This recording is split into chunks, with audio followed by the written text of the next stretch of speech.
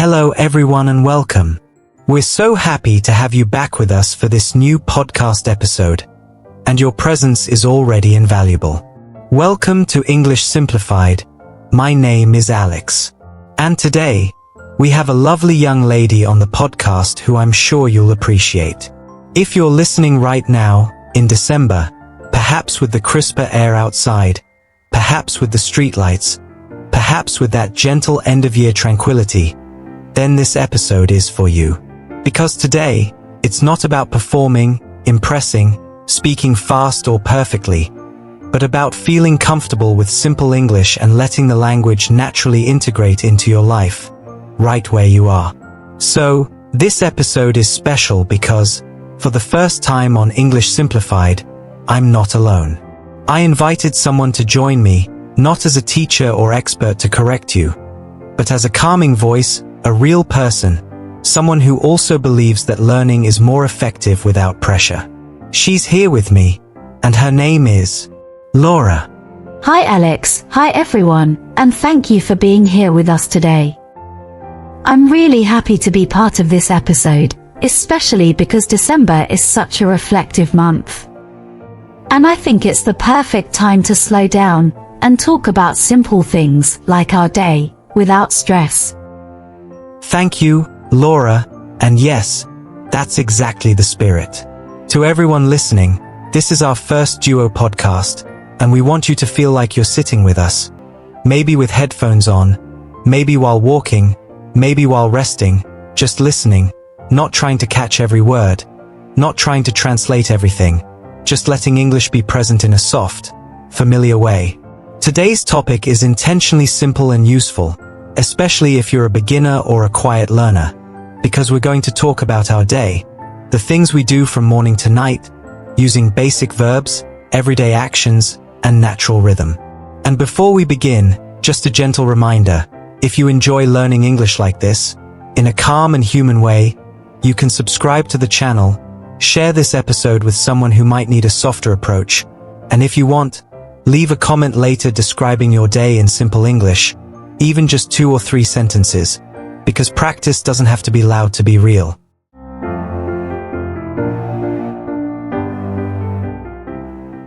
So, Laura, let's start where every day starts, especially in December, when mornings can feel a little darker, a little colder, and sometimes a little slower.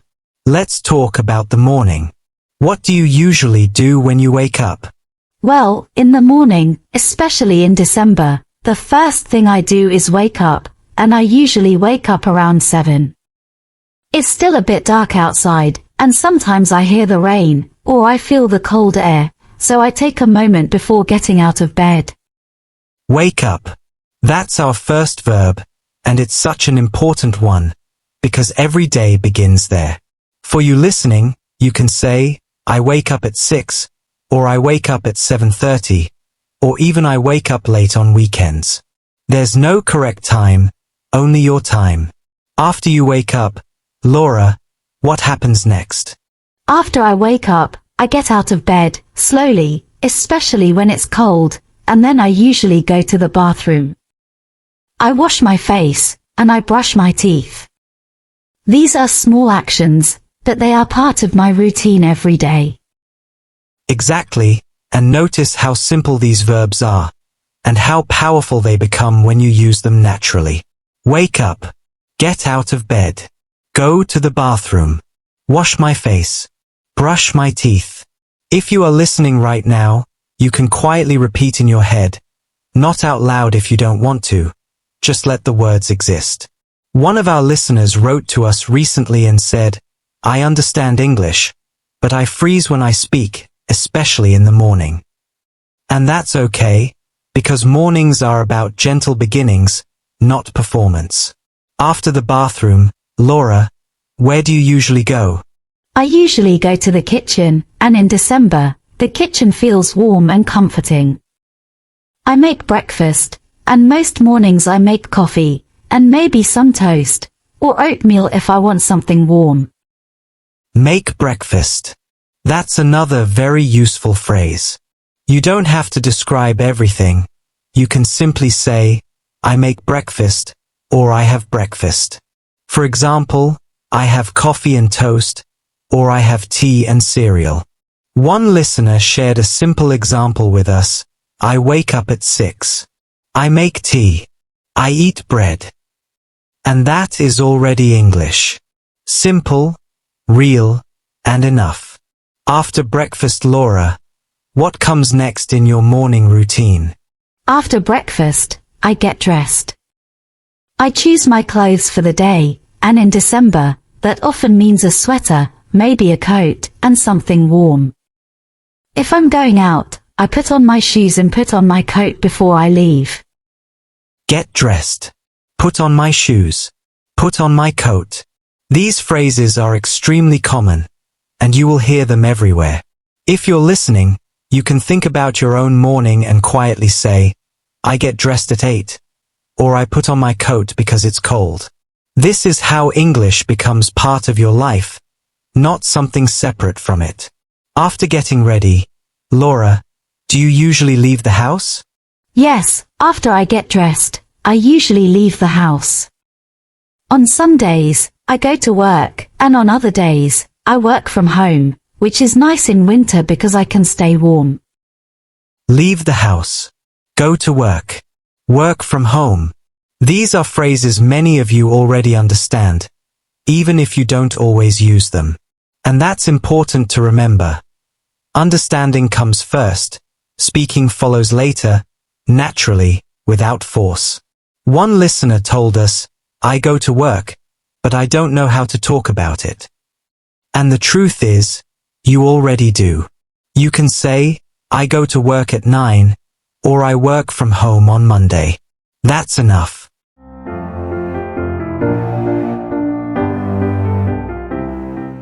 Now, let's talk a little about the daytime, because after the morning, life continues, and December days can feel both busy and quiet at the same time. Laura, when you're at work, what do you usually do? At work, I usually sit at my desk and work on my computer. I answer emails, and sometimes I write documents or prepare things for meetings.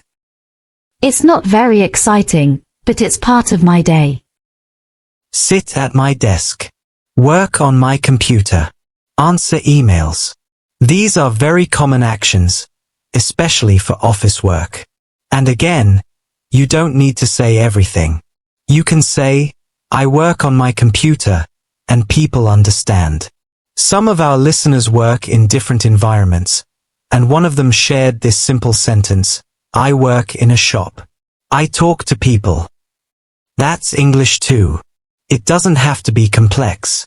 Do you sometimes have meetings, Laura?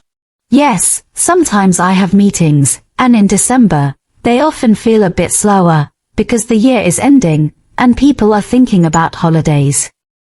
Have meetings. That's another phrase you'll hear often. If you're listening, you might say, I have meetings in the morning, or I don't like meetings. Both are perfectly fine sentences. And then, usually, the day brings us to an important moment, especially when we're tired or hungry, which is lunchtime. Laura, what do you usually do for lunch? Around lunchtime, I usually have lunch, and I might eat a sandwich, a salad, or something warm if it's cold. Sometimes I bring my lunch from home, and sometimes I go out to eat. Have lunch. Go out to eat. Very useful phrases. One listener sent us this message, I eat rice at work. And that sentence is perfect. It's clear, simple, and real. Remember, English is not about sounding impressive. It's about being understood, and you already are. After lunch, what usually happens? After lunch, I usually go back to work and continue until the end of the day. Go back to work. Simple, natural, and very common. We're going to take a short break for this first part, as we've already covered a lot. Learning calmly also means knowing when to stop, rest, and let things settle. In the next part, we'll continue with the afternoon, the evening, December evenings at home, relaxation, dinner, and bedtime. We'll finish with a soothing recap to help you fully grasp the concepts. For now, just remember this. You already know more English than you think, and today you used it to describe your day, even if only mentally.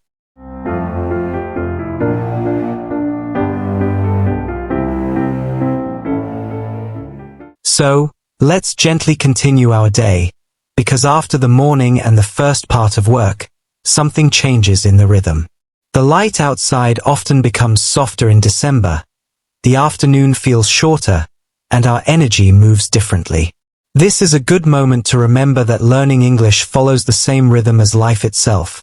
Sometimes active, sometimes quiet, sometimes slow, and all of it is normal. Laura, after you finish work for the day, what usually happens next? After work, I usually go home, and that moment feels really important to me, especially in December, because when I get home, there's a sense of relief, like the day is slowly closing, and I can finally relax. Go home. That phrase carries more meaning than it seems. Many listeners told us that go home is one of the first English phrases they truly felt, not just understood, because home is emotional. You can say, I go home at 6, or I go home late, or even I'm happy to go home. All of that is English that connects to real life. And when you arrive home, Laura, what do you usually do first? When I get home, I often take off my coat and sit on the sofa for a few minutes. Sometimes I don't do anything at all, I just sit and breathe, because the day has been long. Yes, in the evening, I often watch TV or listen to music, especially when it's cold outside. Sometimes I choose something calm, like a documentary or soft music, because evenings in December feel quieter. Watch TV. Listen to music. These verbs are extremely common, and you probably already use them in your own language every day. You can say, I watch TV in the evening, or I listen to music before dinner. One listener shared a very simple habit. I listen to music and drink tea. That's already a full sentence, already communication. Do you sometimes go out in the evening, Laura, or do you mostly stay in? In December, I mostly stay at home, but sometimes I go for a walk, especially when the streets are decorated with lights. It feels calm and reflective. Go for a walk. Stay at home. Again, very simple verbs, very real actions. If you're listening, you might think, I go for a walk after dinner, or I stay at home because it's cold. This is how you slowly build comfort, by connecting English to moments you already live. Now, let's talk about another important part of the evening, something that almost everyone does, which is dinner. Laura, do you usually cook? Yes, I usually cook dinner, and in December, I like to cook warm food, like soup, pasta, or rice. Cooking feels comforting when it's cold outside. Cook dinner. Very useful. You don't need to describe the recipe. You can simply say, I cook dinner at 7, or I cook pasta. One listener told us, I cook for my family. And that sentence carries warmth, meaning, and connection, all in simple English. And after dinner, Laura, what do you usually do? After dinner, I usually wash the dishes, even if I don't love it, and then I might talk to my family or read a book. Wash the dishes. Talk to my family. Read a book. These are everyday actions, and they show how English is not only for work or study, but for life. One listener shared, after dinner, I read and sleep. That's enough. That's real. That's English. Evenings are important, especially for learners, because this is often the moment when guilt appears. People think, I should study English now. And here, I want to say something clearly. Your evening does not have to become a classroom. Listening, understanding, resting, and simply being exposed to English in a calm way is already practice. Laura, before going to bed, do you have a small routine? Yes, before bed, I usually brush my teeth again, maybe check my phone quickly, and then I go to bed. In December, I like going to bed a bit earlier, because the days feel heavier. Go to bed. That phrase marks the end of the day. You can say, I go to bed at 10, or I go to bed late. One listener said, I go to bed and think about tomorrow. That's a beautiful sentence, and it doesn't need to be more complex than that. Now, let's take a moment to gently review what we've talked about so far, not as a test, not as a list to memorize, but as a calm walk through the day. We wake up. We get out of bed. We go to the bathroom. We brush our teeth and wash our face. We go to the kitchen. We make breakfast. We get dressed. We put on our shoes and our coat. We leave the house or work from home. We work. We answer emails. We have meetings. We have lunch.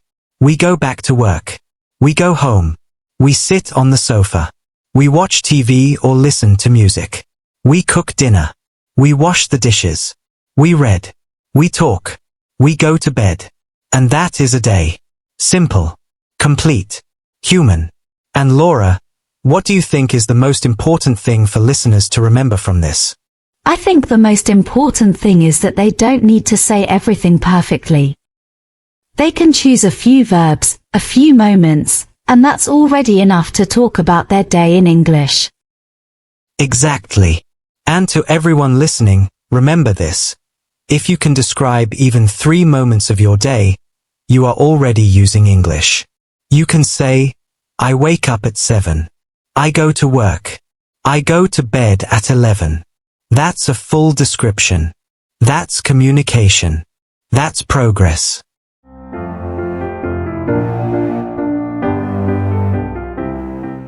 Now that we've walked together through a full day, from morning to night, I want us to slow down even more for a moment, because December is not just another month. It's the end of a cycle.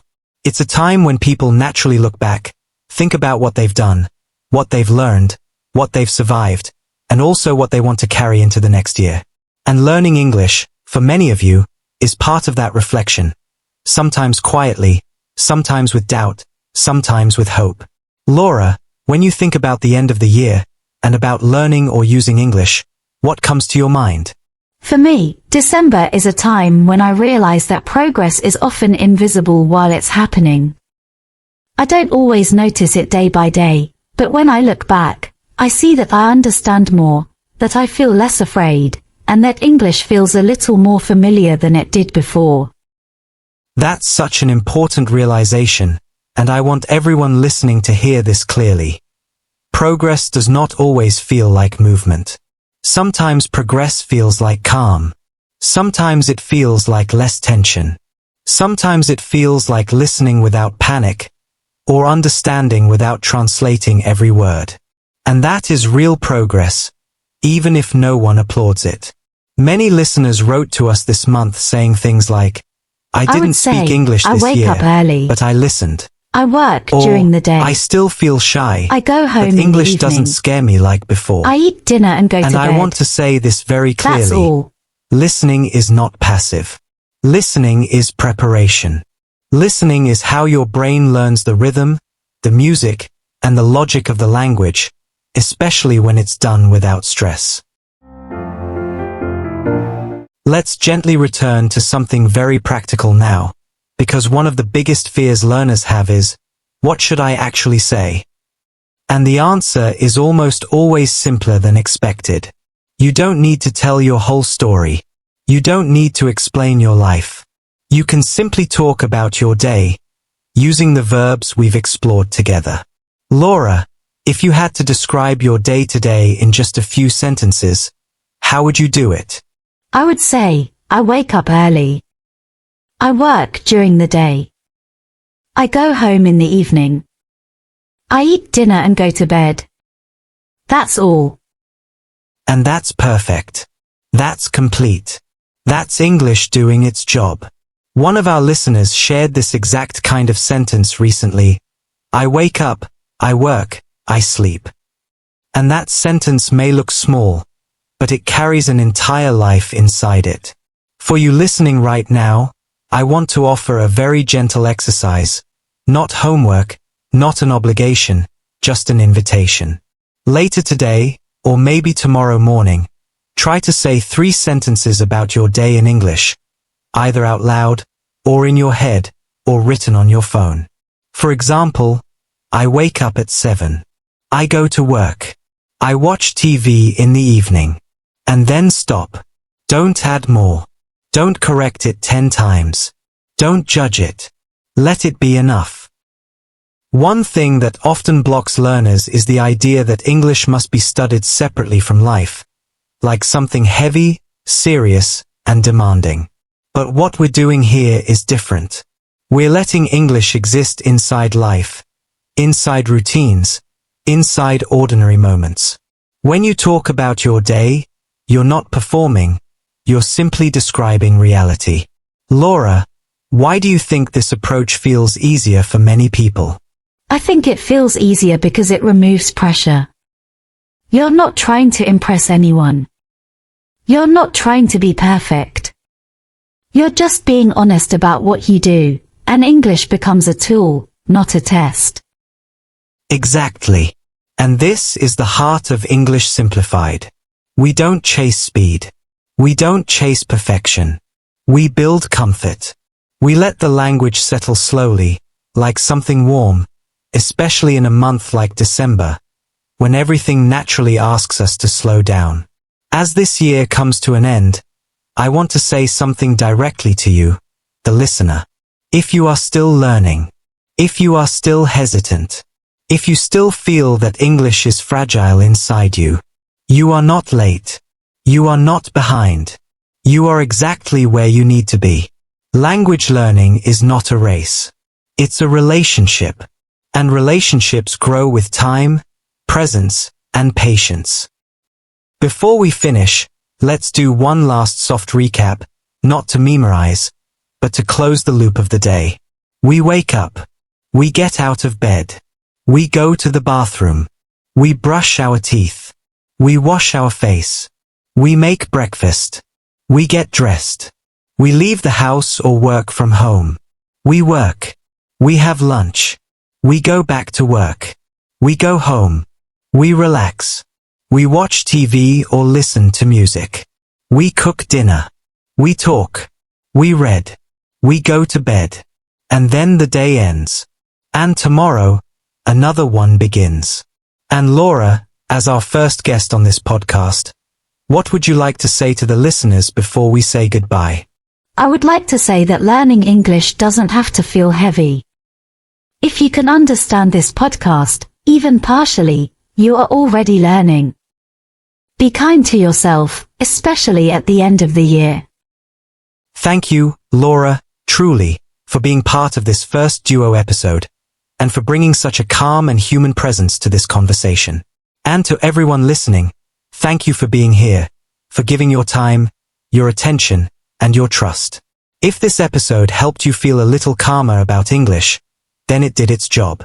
If you want to support the podcast, you can subscribe, share this episode with someone who might need a softer approach, and if you feel ready, you can leave a comment describing your day in simple English. Even one sentence is enough. We read them, and they matter. As we move toward the end of this year, remember this sentence, and take it with you into the next one. Fluency equals comfort, not speed. There is no hurry here. English will wait for you. This is English Simplified, the podcast. My name is Alex. Thank you, Laura. And thank you everyone for listening. Take care of yourself, and I'll see you in the next episode.